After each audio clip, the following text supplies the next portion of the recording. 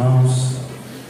Me sinto muito alegre de estar aqui nessa noite para juntos nós adorarmos e bendizermos o nome do nosso bondoso Salvador Jesus Cristo. Eu sei que Deus se faz presente aqui. Começou ontem essa festividade. Hoje Deus tem se manifestado através dos louvores, das apresentações. Deus em Cristo possa abençoar essa amada igreja. Eu te peço por gentileza que abra sua Bíblia no livro de Atos, capítulo de número 21. Livro de Atos dos Apóstolos, capítulo de número 21. Enquanto vocês estão procurando no externo, minha gratidão a Deus pela vida do pastor Castro, pastor local desta igreja, pela vida dos demais obreiros aqui na minha guarda. São muitos os homens de Deus que aqui estão. Louva a Deus pela vida de muitos irmãos também que aqui eu conheço. Louva a Deus pela vida do Genival Neres. A bênção é grande. A bênção é grande. Deus abençoe esse abnegado servo do Senhor. Deus abençoe Sueli também. A Anice está ali. A mamãe Anice está ali, falando Sueli. Aleluia. Mas eu tenho uma palavra de Deus para vocês nessa noite. Amém? Amém. Atos capítulo de número 28.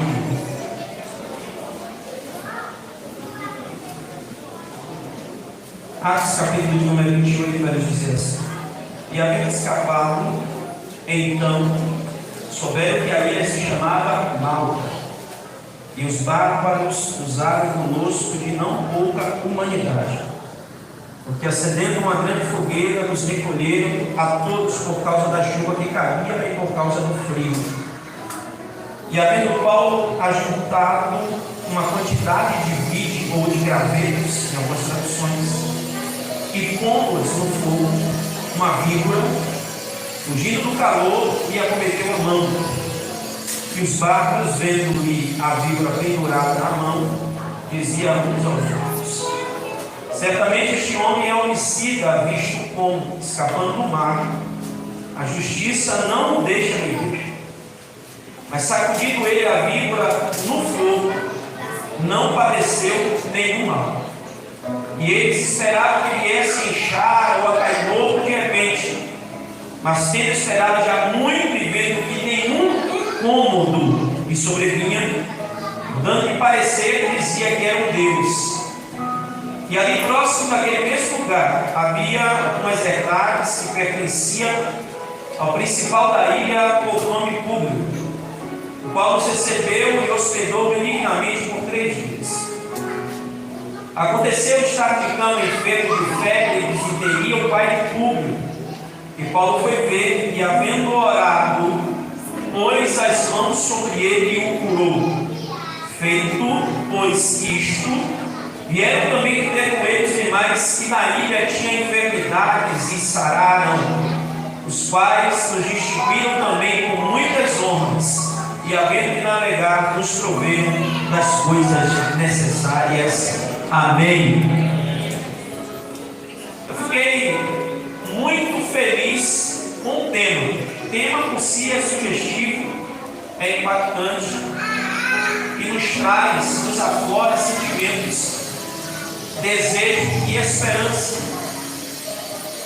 E nós temos ciência que o apóstolo Paulo, quando escreveu a carta aos Romanos, entre o ano de 55 ao final de 57, o apóstolo estava na sua 3ª viagem missionária, e ele vai dizer que tinha vontade e orava incessantemente pelos irmãos que ali estavam. Ele tinha desejo de ir com eles, mas até então ele não podia estar com eles ou ir ter com eles. Mas em suas orações, ele sempre incessantemente apresentava os a Deus, porque era notório aquilo que o Espírito Santo estava fazendo em Roma através da vida daqueles irmãos. Nós sabemos também que não foi o apóstolo que iniciou a obra de evangelização ali. Provavelmente, segundo os estudiosos, os irmãos depois do Pentecostes, os irmãos judeus e prosélitos, gentios que são convertidos ao judaísmo, aceitaram a fé pela pregação do apóstolo Pedro e se dirigiram para as cidades, e a obra de Deus começou em Roma através desses irmãos que foram salvos ali no Petrípolis. Então Paulo, sabendo que era ali um ponto estratégico para a evangelização de todos os continentes, e a sua vontade era ir para a Espanha, mas Paulo vai escrever uma carta que é extraordinária, é o ápice das suas escritas. E o apóstolo chama-nos a atenção no capítulo 1 do livro de Romanos, no versículo de número 16. E ele vai dizer: porque não me envergonho do Evangelho, porque é poder de Deus e salvação para todo aquele que crê, primeiro os judeus e também depois dos gregos. Este apóstolo está dizendo: eu não fui ter com vocês não porque eu tinha vergonha, é porque ainda não teve ocasião. E nesta noite eu vim pregar aqui acerca dessa ocasião que Deus prepara para que o apóstolo vá a Roma. Porque para você ser vencedor você precisa lutar, porque não existe vitória sem lutas. Então nós vamos entender que nós somos mais do que vencedores. Nós vamos passar por adversidades, vamos passar por lutas, guerras, batalhas, mas aquele que chamou a Paulo, chamou a Pedro, chamou a Tomé, é o mesmo que chamou o Elber, é o mesmo que chamou o pastor Cássio, os obreiros, é o mesmo que está te chamando nessa noite. Então vamos lá, no capítulo de número 21 do mesmo livro de Atos dos Apóstolos, nós vemos o apóstolo Paulo tendo a intenção de ir para Jerusalém, mas primeiro ele vai parar em Cesareia. Quando ele chega em Cesareia, ele vai até a casa de um homem, por nome Filipe, o evangelista. Quem é esse Filipe? É o mesmo Filipe diácono no capítulo 6 de Atos. Só que o nome dele agora é evangelista porque ele tomou uma celebridade e saiu evangelizando. Então deixar de chamá-lo de diácono para chamá-lo de evangelista. A Bíblia vai dizer que este homem tem 4 filhas, todas donzelas e também profetas. Mas o que vai nos chamar a atenção no capítulo de número 21 de Atos é que tem um profeta da Judéia que desce para Cesareia por nome Ágabo. Esse profeta vai para lá onde Paulo está. De repente, quando ele entra na casa de Filipe, ele vê um cinto, ele pega o cinto e diz assim: este cinto aqui, este cinto, deste homem que tem este cinto, ele vai então ligar os seus pés, as suas mãos, vai dizer o nome desse cinto. Assim diz o Espírito Santo: os judeus de Jerusalém vai prender os seus pés e mãos e vão te entregar aos gentios. Os irmãos começam a chorar e a lamentar, dizendo: Paulo, não desce para Jerusalém não, Paulo. Paulo começa a dizer: o que é isso que vocês estão fazendo? Magoando o meu coração, me entristecendo. Deixa eu dizer uma coisa para vocês. Paulo olha para aqueles irmãos e diz: eu estou preparado, não só para ser preso, mas também para morrer em prol deste evangelho. Então não me apaga, não me entristeça. Eu sei o que eu estou para fazer. A Bíblia vai dizer que ele vai para Jerusalém. Quando ele chega em Jerusalém, no mesmo capítulo de número 21, ele é recebido pelos irmãos. Os irmãos levam o apóstolo Paulo até a presença de Tiago, irmão do Senhor, que é um líder espiritual em Jerusalém. Se reúne com ele Tiago e também os presbíteros, e na reunião eles dão glória a Deus pelas milhares e dezenas de vidas que estavam sendo convertidas ao Senhor. Eu repeti: milhares e dezenas de vidas que estavam sendo convertidas ao Senhor. Porque o que faz uma vida ser convertida, transformada, não é falácia, é comportamento de pessoas que são transformadas pelo poder e pela virtude do Espírito Santo. Não adianta eu pregar aqui, falar pegando neve a lavassura, mas quando eu sair daqui, o meu comportamento não se adequar com o comportamento de Cristo. Mas porque Paulo era diferente? Porque Paulo expressava no seu caráter, na sua sua vida as marcas do Senhor Jesus. No mesmo capítulo de número 21, quando ele está na presença dos líderes ali em Jerusalém, os líderes dizem para ele: Paulo, permaneça conosco, mas primeiro entra na sinagoga, tem 4 jovens aqui que estão aptos para poder circuncidar, se guardar a lei de Moisés, porque há um murmúrio se espalha aí que você prega dizendo que não precisa ter circuncisão e nem precisa adotar a lei que foi passada por Moisés. No capítulo de número 21, a Bíblia também vai nos dizer que vieram alguns irmãos da Ásia, judeus, quando viram Paulo dentro do templo, dentro da sinagoga, começaram a dizer: este é o homem que tem alvoroçado em todos os lugares, pregando acerca de um caminho. Então eles vão para cima de Paulo, eles querem agredir Paulo. Deus vai dizer que eles querem matar o apóstolo Paulo. Este apóstolo só não morreu, só não foi assassinado pelos judeus da Ásia que estavam em Jerusalém, porque no meio daquele alvoroço, um soldado, um capitão, pegou a Paulo, levou para dentro de uma fortaleza e deixou Paulo bem guardadinho. No capítulo de número 22, Paulo agora vai se expressar na sua defesa, quando ele fica de pé e começa a falar em hebraico, e logo chama a atenção de todos. Quando ele começa a falar em hebraico, ele diz: eu sou nascido em Tarso, mas eu fui criado aqui em Jerusalém, aos pés de Gamaliel. Eu sou fariseu, filho de fariseu. No tocante à lei, eu sou zeloso. E eu comecei a seguir alguns homens e perseguir aqueles que se diziam ser do caminho. E eu tinha autorização, carta do principal sacerdote, do sumo sacerdote, para prender e até matar aqueles que se dizem seguidores do Nazareno. Ele começa então a falar acerca da sua defesa, ele dá continuidade.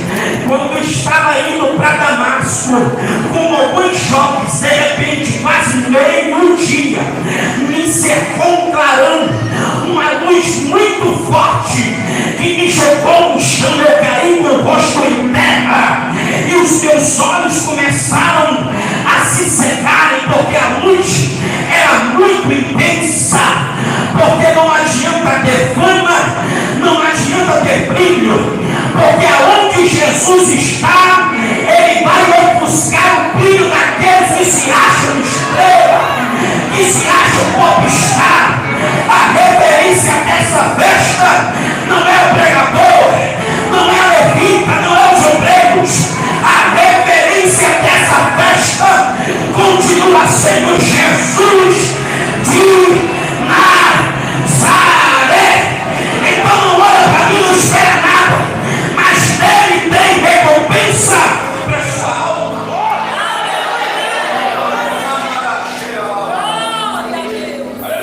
Na sua defesa ele disse: eu caí com o rosto em terra e ouvia uma voz que falava comigo. Eu ouvia, mas os rapazes que estavam comigo não viram a luz, mas não ouviram a voz. E a voz me dizia: Saulo, Saulo, por que me persegues? E eu disse: quem és tu, Senhor, para que te persigas? Ele disse: eu sou Jesus, o Nazareno, a quem tu persegues. Mas vai para a rua direita e vai até a casa de um homem por nome Ananias, e lá na direita vai acontecer o que será feito. E ele começa a dizer da sua experiência com Deus, e o texto vai nos mostrar que ele vai na casa de Ananias. Ananias fala com ele, ora por ele, essa escama dos olhos cai, ele é batizado no Espírito Santo, ele é batizado nas águas, é revelado a ele que ele é um vaso, um instrumento de Deus para levar a sua palavra a grandes e pequenos. Nesse mesmo capítulo de número 22, quando ele está expressando a sua experiência, o texto vai nos dizer que o apóstolo Paulo, ele também vai falar para as pessoas que ali estavam ouvindo, que ele era fariseu. Então começou a ter uma briga entre fariseus e saduceus, porque o fariseu acreditava na ressurreição e anjos, mas os saduceus não. Eles queriam matar Paulo, mas tinha um alvoroço. Quando Paulo viu que o negócio estava pegando, ele disse: eu também sou romano. Então eles não poderiam matar o apóstolo Paulo. No capítulo de número 23, no versículo de número 11, o Senhor aparece para Paulo em uma visão à noite, dizendo: Paulo, assim como você deu testemunho de mim aqui em Jerusalém, importa que você também dê testemunho lá em Roma. Jesus estava dizendo: eu tenho um propósito contigo, Paulo. Você vai passar por maus bocados, mas é eu que te conduzirei até o meu propósito. E quem tem promessa, quem tem propósito, não morre, porque Deus estabelece a vitória. O apóstolo tem ciência da sua responsabilidade e da sua missão. Nós vamos ver no capítulo 24, 25 e 26. Ele ser jogado para Félix, ser jogado para Agripa, ser jogado para Festus, ser jogado no sinédrio de Herodes, jogado para aqui e para lá, se defendendo, falando, sendo acusado. Em uma determinada ocasião, pastores, quase 40 homens jejuaram, dizendo: presbítero Hélio, não vamos comer nem beber até que nós matemos o apóstolo Paulo. Como é que pode uma pessoa fazer voto com Deus? De anátema, que se seja amaldiçoado quem colocar comida na boca, enquanto nós não tirarmos a vida do apóstolo Paulo. Pode fazer oração contrária, pode levantar quibanda ou banda, pode fazer obra de macumba, pode olhar de cara feia, pode ficar sem comer, sem beber, sem dormir, mas nada vai acontecer, porque Jesus está com você.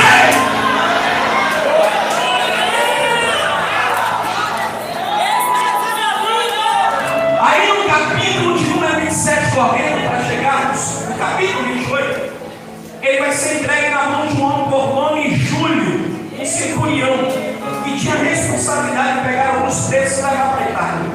E entre esses presos estava o apóstolo Paulo. É entregue na mão desse Júlio. Eles entram numa embarcação e começam a sair, a navegar daqui para ali para poder ir para a Itália. O texto vai dizer no capítulo 27 todo que foi uma viagem totalmente turbulenta. Quando eles chegaram em um determinado lugar chamado Bons Portos, o apóstolo disse: por sabedoria, eles vamos ficar aqui, não vamos navegar, porque eu tenho percebido que o clima não é bom, não está bom para a navegação, para que nós possamos não perder o navio, não perder a matéria e não perdermos as nossas vidas. Mas o texto vai dizer que os homens preferiram ouvir o piloto e o mestre do barco do que o apóstolo Paulo. Isso é o problema de muita gente. As pessoas preferem ouvir o que o homem tem para dizer do que ouvir aquilo que o Espírito Santo está falando. Sabe por que tem gente perdendo a embarcação?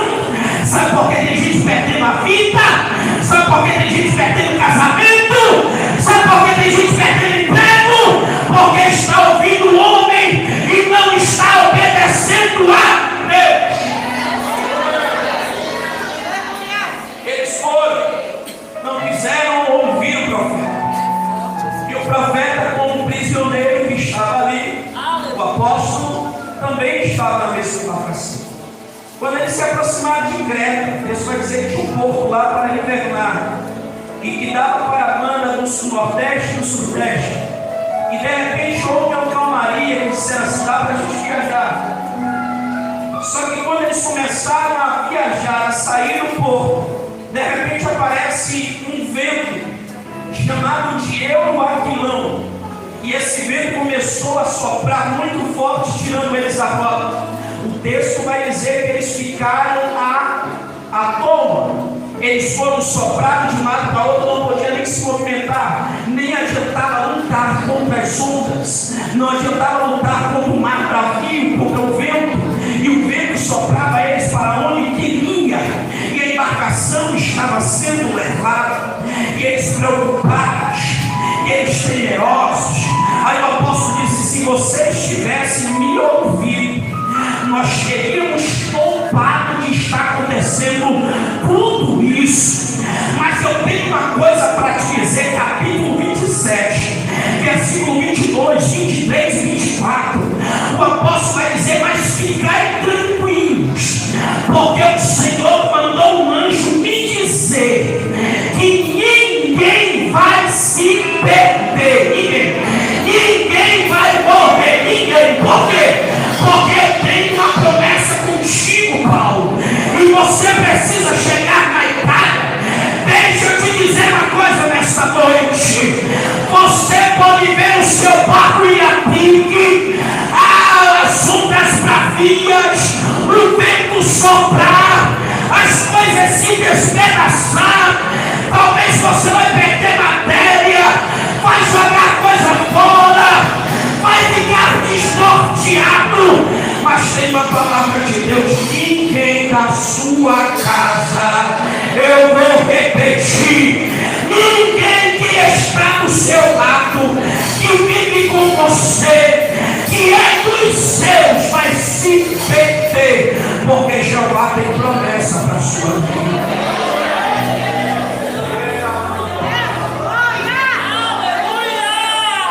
E o texto vai dizer que o apóstolo ainda vai chamar a atenção dele, vai dizer: já é o 14º dia que vocês estão sem comer nada,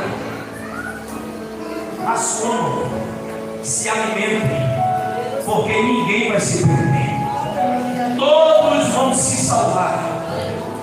E o texto vai dizer que de repente alguns marinheiros, quando estavam se aproximando de uma ilha, tentaram entrar em um bote para tentar fugir. O apóstolo chamou o centurião, os soldados, e disse: olha, se eles forem, eles não vão se salvar, só vai se salvar quem estiver aqui comigo. Escuta, não adianta você admirar Jesus, não adianta chamar Jesus de profeta, de um grande homem, de um ser extraordinário. Para ter salvação precisa estar na presença. Não saia do barco, não, o barco pode estar afundando, mas fique tranquilo, quem está no barco com você não vai permitir que você morra. E aí eles cortaram os botes para que fossem todos ficar. De repente o vento continuou soprando forte, despedaçou, eles jogaram o trigo fora, a embarcação se quebrou toda.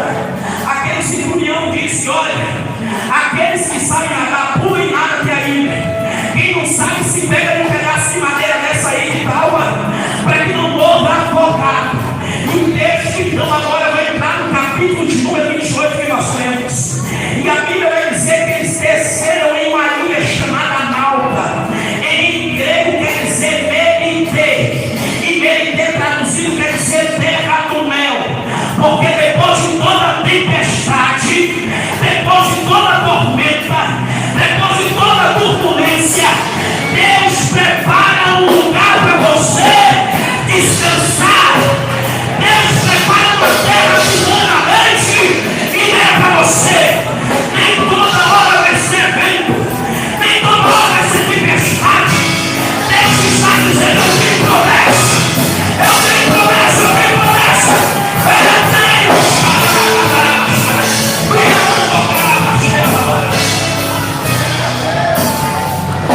Deus tem promessa para você. Depois da tempestade, ele te leva para o mel, para a terra do mel. E escute, nosso tema está dizendo que nós nascemos para vencer. Eu quero lhe mostrar o caminho do vencedor. Quando ele chega na terra do mel, não quer dizer que lá não vai ter adversidades. Porque quando o Senhor disse para Josué que levaria ele para a terra prometida que mana leite e mel, aquele que foi o substituto de Moisés, lá tinha muitas dificuldades e barreiras para serem enfrentadas. mas tinha uma promessa também para ser cumprida. E Deus tinha uma promessa para cumprir com o apóstolo. Quando ele chega em Malta, ao Mediterrâneo, na terra do mel, o texto vai me chamar a atenção. Isso para mim é o ápice do texto. Isso me alegrou muito, chamou muito a minha atenção. O texto vai dizer que quando eles chegam em Malta, está chovendo e fazendo muito frio. Eles estavam saindo de dentro das águas. Se estavam saindo de dentro das águas, estavam molhados. E naquela época, lá para aquela região, fazia muito frio. Então eles precisavam ser aquecidos. E o texto é sujo. O texto vai dizer que os bárbaros, o que parece improvável, os ignorantes, os bárbaros, vai fazer uma fogueira para aquecer-nos do frio, para tirar-nos do frio, porque estava chovendo e estava fazendo frio.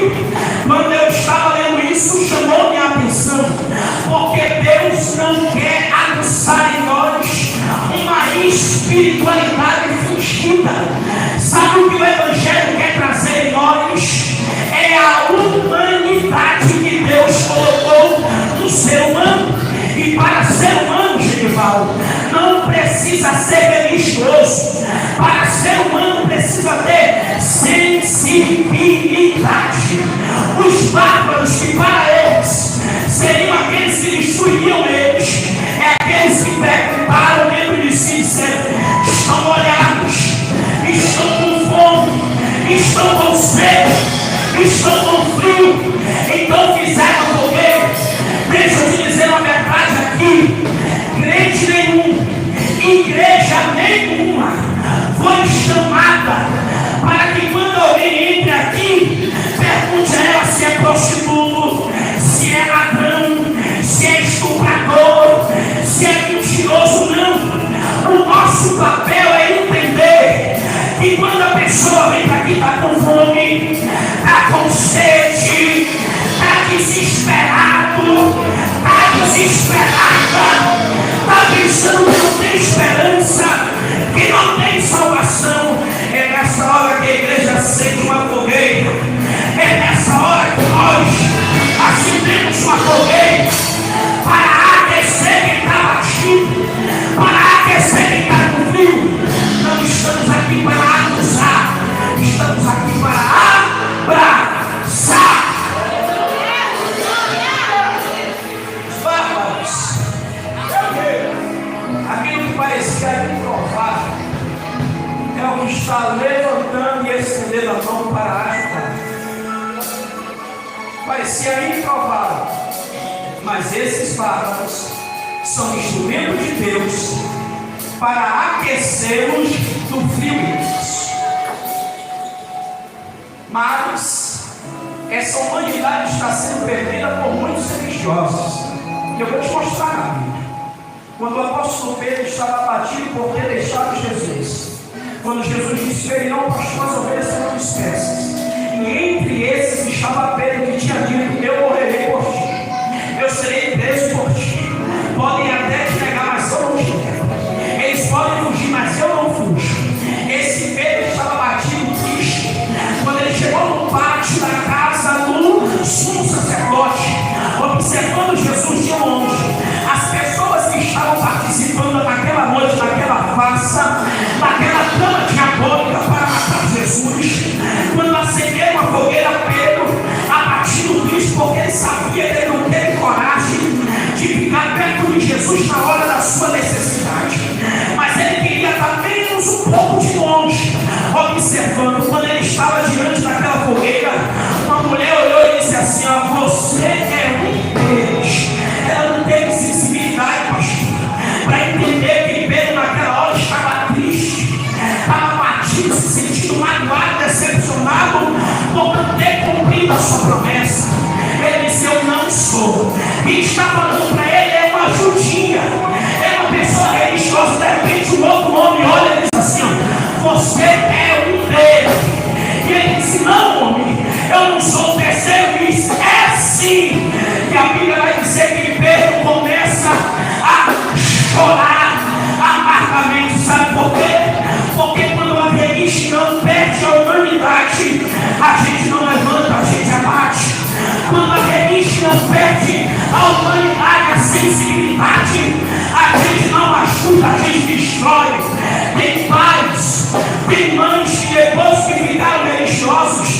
ficaram frios com seus filhos.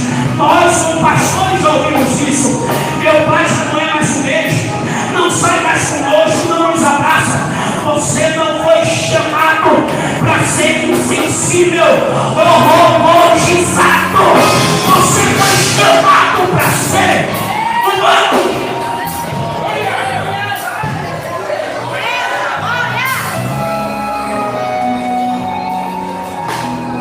E não podemos perder isso.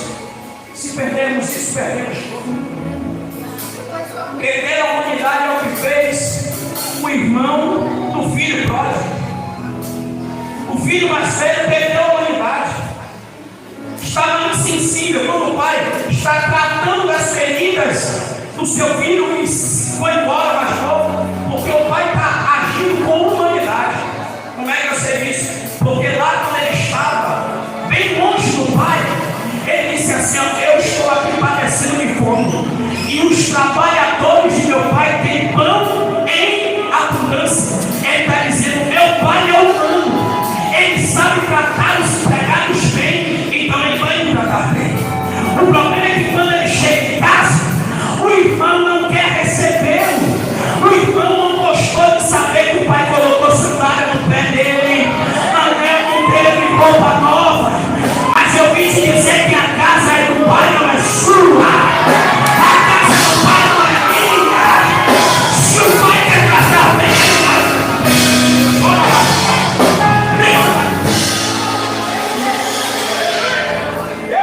a casa é do pai. Se a casa é do pai, quem manda é o pai. Filho que manda na casa é porque o pai é frouxo. Porque filho não deve mandar em casa. Ele vai mandar na casa dele quando ele tiver a casa dele. Então, esta casa aqui tem um pai. Esta casa aqui tem um dono. Esta casa aqui tem um Senhor. Tem um mestre. E ele faz o que ele quer. Se ele quiser usar de humanidade, ele vai usar. Não vai ser eu que vai dizer. Mas era uma prostituta, agora é dirigente de segunda geração. Foi assim que o pai quis.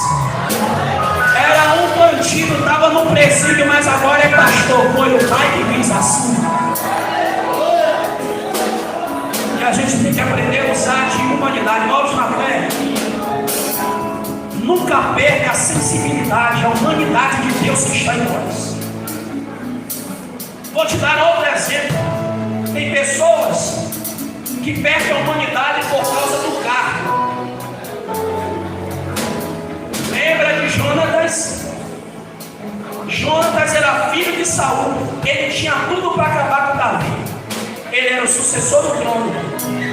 Mas quando ele percebeu que Davi era aquele que tinha unção de Deus e que Deus escolheu, ele disse: eu percebo que Deus te escolheu para este negócio. Quando ele percebeu que o pai dele queria matar Davi, ele usou de humanidade e disse: Davi, foge, vai para longe, porque verdadeiramente meu pai está mal intencionado com você, mas eu quero fazer uma aliança contigo, porque eu sei que Deus te escolheu para ser rei de Israel.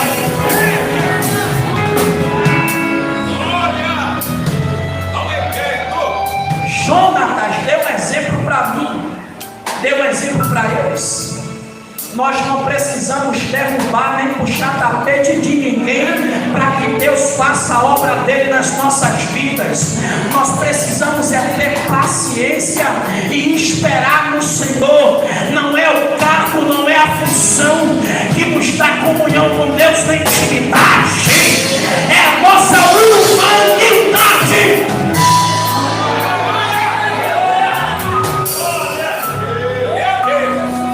Essa humanidade que foi a recepção de Paulo em Malco. E quando a humanidade começa a florar em nossas vidas, nós começamos então a entender que o fogo tem que queimar continuamente no altar e não se apagar. O texto diz que tinha uma fogueira acendida pelos bárbaros. Então Paulo, percebendo a humanidade dele, deles vai pegar um feixe.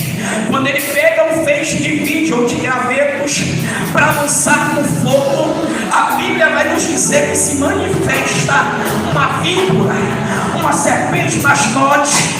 Percebam que essa serpente só se manifestou quando foi lançada no fogo, porque não adianta ter ministério, mas não ter fogo. Não adianta cantar, mas não ter fogo. Não adianta pregar, mas não ter fogo, meu Deus. Não adianta reger, mas não tem fogo. Coloca fogo na tua vida, crente. Coloca fogo no teu ministério. Coloca fogo no teu altar, para que as víboras sejam dispersas e o nome de Jesus seja glorificado.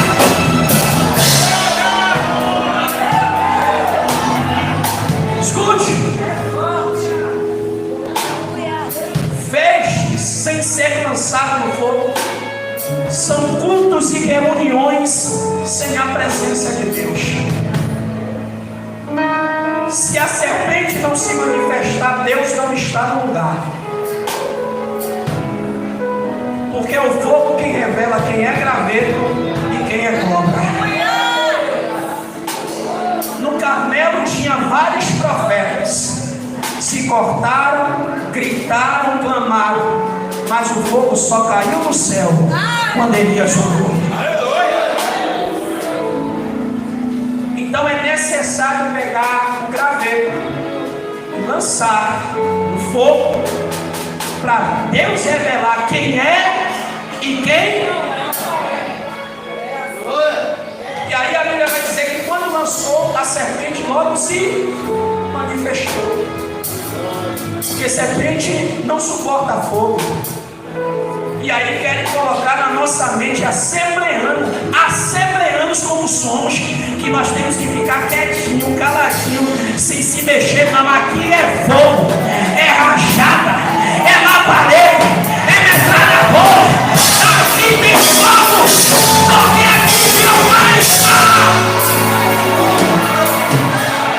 Se você quiser dar glória a Deus, dê glória a Deus, dê aleluia, suplicando a subir ao mesmo tempo, porque Deus quiser.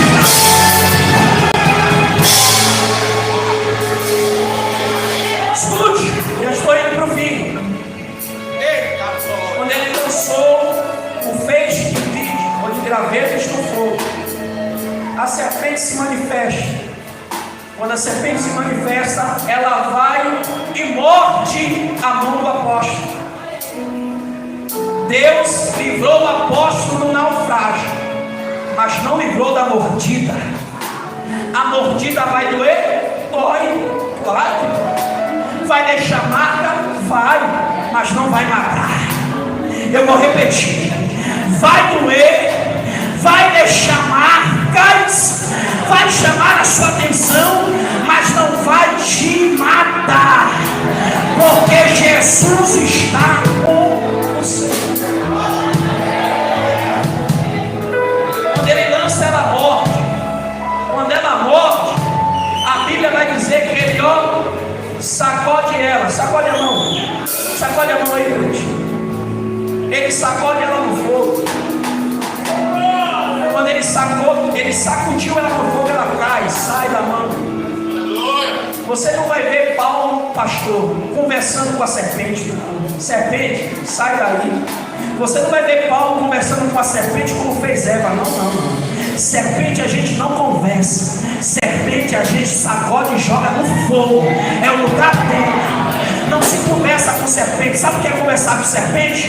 É você estar casado e estar no Instagram, no Facebook, no WhatsApp, conversando com uma mulher que não é sua. Isso é conversar com a serpente. Sabe o que é conversar com a serpente? É estar de bate-papo com um homem que não é seu. Isso é conversar com a serpente. Sabe o que é conversar com a serpente? É fazer licitações, coisas ilícitas que não glorificam a Deus.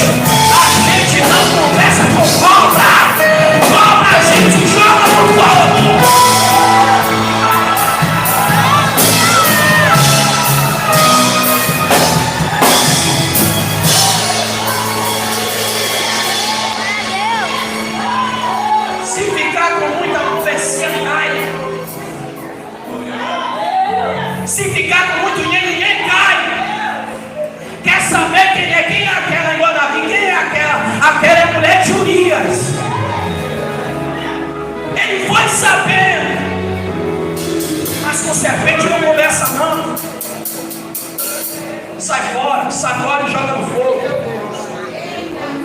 Você acha que um pregador igual esse aqui, bonito, vai ficar vacilando, entrando no carro e indo embora para casa? Não pode, porque eu sei que eu sou muito bonito. Amém, Senhor. Brincadeiras à parte. Ele sabe que uma serpente jogou no fogo. Quando a serpente caiu no fogo, a Bíblia vai dizer que os homens dali começaram a observar para ver se ele ia inchar e se ele ia cair. Deixa eu mandar um recado para o inferno. Se vocês estão em pé, inferno, esperando que essa igreja caia, se sente. Pode esperar sentado, porque aqui ninguém vai cair, ninguém vai inchar, ninguém vai morrer, porque nem o mal te sucederá, nem praga alguma chegará a tua direção.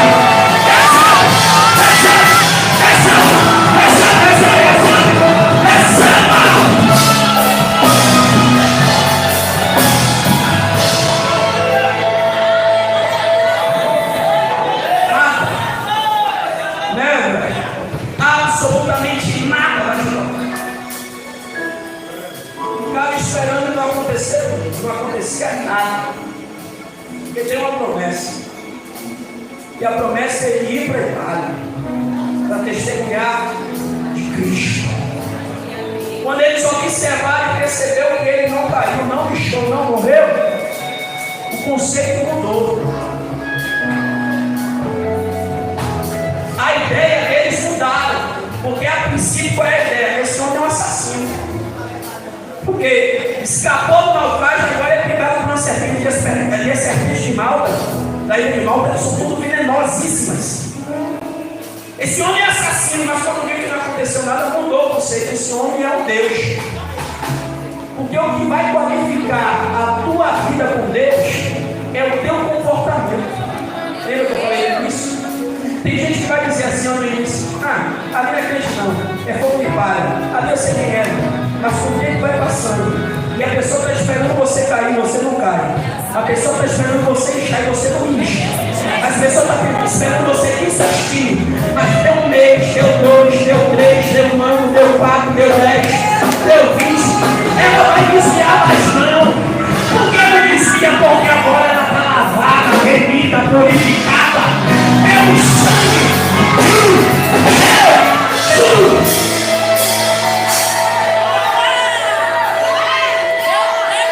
Aí disseram assim: esse homem é Deus.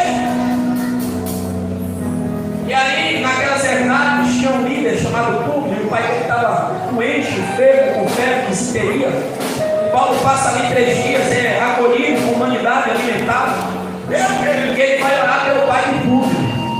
Porque a mesma mão, faz assim com a tua mão, a mesma mão que você sente a picada, a mesma mão que lhe deixam marcas, as mesmas mãos que lhe machucam, que faz você sofrer, é essa mesma mão que Deus vai usar para salvar vidas, para abençoar vidas, para orar por vidas.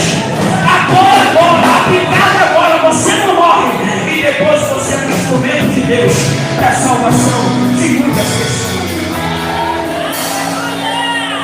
O que você está sofrendo hoje vai ser experiência para você orar por alguém. A sua mão que viu acontecer tudo isso vai ser ela que Deus vai usar como instrumento para salvar vidas. Ele estende a mão e ora pelo pai de Públio, e ele é curado, e muitos enfermos que ali foram curados. Essa é a trajetória de um vencedor. Quem nasce para vencer, nasce para obedecer a Deus. E o Senhor tinha dito para ele: Paulo, você não vai perder ninguém, porque eu tenho um compromisso com você lá na Itália. E a Bíblia vai dizer que eles dão provisão a Paulo, para que ele possa pregar novamente a sua missão. Fica de pé, por gentileza.